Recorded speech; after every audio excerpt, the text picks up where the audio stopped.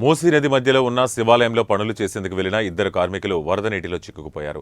చైతన్యపురి ఫణిగిరి కాలనీలోని కొసగుండ్ల లక్ష్మీ నరసింహస్వామి దేవాలయం పక్కన శివాలయం మూసీ నది మధ్యలో ఓ బండపై ఉంది.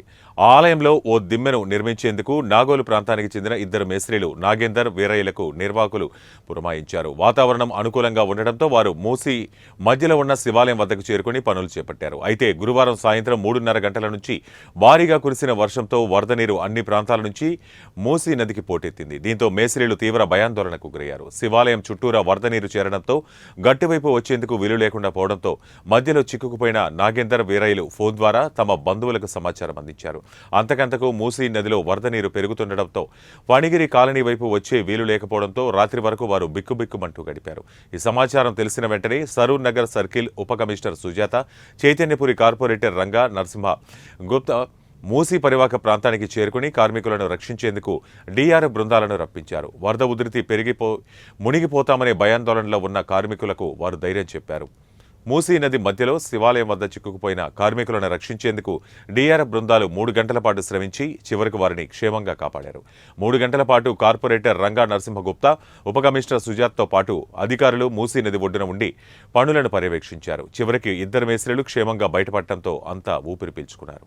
బ్రదర్, మీరిద్దరు ఇక్కడ తిరగండి. Hello brother, hello.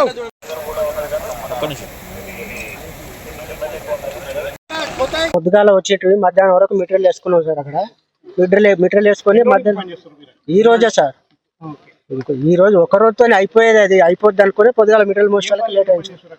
అక్కడ ఏదో విగ్రహం పెట్టడానికి, నంది విగ్రహం పెట్టడానికి పిల్లర్ ఏమన్నారు సార్. అది అయితే వేసుకున్నాం. మధ్యాహ్నం మళ్ళీ అన్నం తిని వచ్చినాం సార్. వచ్చి పెడుతుంటేనే వర్షం వచ్చింది. ఆ పై నిలబడ్డాం. వర్షం వెళ్ళిపోయినాక కాసేపు నిలబడి వెళ్ళిపోయినాం సార్. అప్పుడు వాటర్ లేవు. అతలికి పోయి కొద్దిగా మాలు కలుపుకొని ఇంకొక అరగంట పని ఉండే సార్. అరగంట చేపట్లు చేసుకొని బయటకు వద్దాం అనుకున్నాం. మేము పని చూసుకుంటా ఉన్నాం. ఈ లోపు నీళ్ళు ఫుల్ అయిపోయినాయి సార్. బయటికి వద్దామంటే ఇంకా నీళ్ళు ఫుల్గా అయిపోయినాయి. మేము ఎవరికి లేదు సార్. మా మేస్త్రి పంపించిన ఆయనకు ఫోన్ చేసినాం. ఇట్లా సంగతి అంటే ఇంకా ఆయన సార్ వాళ్ళకి ఫోన్ చేశారు సార్. నమస్కారం అండి, నేను డిప్యూటీ కమిషనర్ సరూర్ నగర్ సుజాత. ఈరోజు మనకు అనుకోకుండా కురిసిన వర్షానికి ఏమైందంటే మన ఫణిగిరి కాలనీలో 2వ శతాబ్దం నాటి శివాలయం ఉంటుందండి. ఆ శివాలయంలో నంది నిర్మాణం కోసం వీరయ్య, నాగేంద్ర అనే కార్మికులు అక్కడికి చేరుకొని వాళ్ళు పని చేయడం జరిగింది. అయితే మనకి 4:30 ఆ టైంలో కురిసిన వర్షానికి వాళ్ళు ఏమనుకున్నారంటే ఈ వర్షం పెద్ద ప్రాబ్లం ఉండదని చెప్పి వాళ్ళు వాళ్ళ పనిలో నిమగ్నమయ్యారు. కాకపోతే వర్షం ఉధృతి పెరగడం, అలాగే మూసి వరద పెరగడంతో వాళ్ళు అక్కడే చిక్కుకుపోయారు.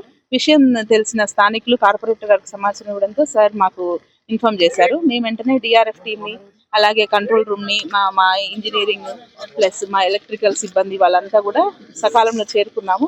అలాగే మన రంగనాథ్ గారు కానీ, మేయర్ మేడం కానీ, కమిషనర్ గారు కానీ మాకు వెంటనే సకాలంలో డిఆర్ఎఫ్ టీమ్ని పంపించి డిఆర్ఎఫ్ బృందం సహాయంతో మేము వాళ్ళని బయటికి తీసుకురాగలిగామండి. అందరికీ ధన్యవాదాలు. Thank you. సాయంత్రం 4:30-5 గంటల మధ్యన స్థానిక కాలనీ పెద్దలు కృష్ణారెడ్డి గారు సమాచారం ఇవ్వగానే ఇద్దరు మనుషులు మూసి శివాలయం దగ్గర చిక్కుకున్నారని చెప్పి తెలవగానే నేను రావడం, వస్తూనే హైడ్రా కమిషనర్ రంగనాథ్ గారికి మాట్లాడడం, మరియు మేయర్ గారికి మాట్లాడడం, స్థానిక జడ్సీ గారికి మాట్లాడము. ఈ లోపల డీసీ గారు, ఏఈ గారు, పార్వతి గారు, డీసీ సుజాత గారు, ఈ శ్రీనివాస్ గారు అందరూ రావడము. Rescue team DRF chief in-charge Sudarshan Reddy గారు, అలాగే మన ఫైర్ టీం శ్యామ్ గారు వీళ్ళందరూ వచ్చి అక్కడ ఉన్న ఇద్దరు చిక్కుపోయిన మనుషులను ఏ అపాయం లేకుండా జాగ్రత్తగా వాళ్ళను తమ ప్రాణాలను పణంగా పెట్టి అక్కడికి వెళ్ళి రెస్క్యూ చేసి వాళ్ళని తీసుకొచ్చారు. వారికి ఈ రెస్క్యూలో పాల్గొన్న ప్రతి ఒక్కరికి పేరు పేరున ధన్యవాదాలు. ఎందుకంటే ప్రాణాలు తెగించి వరద ఉధృతి ఎంత ఎక్కువగా ఉన్నా అని అక్కడి వాళ్ళ ప్రాణాలను అడగబెట్టుకున్న ఆ 2 ప్రాణాలను కాపాడాలనే ఉద్దేశంతో వాళ్ళు తీసుకున్న ప్రయత్నం చాలా గొప్పది. ఎందుకంటే వాళ్ళు తమ ప్రాణాలను లెక్క చేయకుండా వారి ప్రాణాలను కాపాడాలనే సదుద్దేశం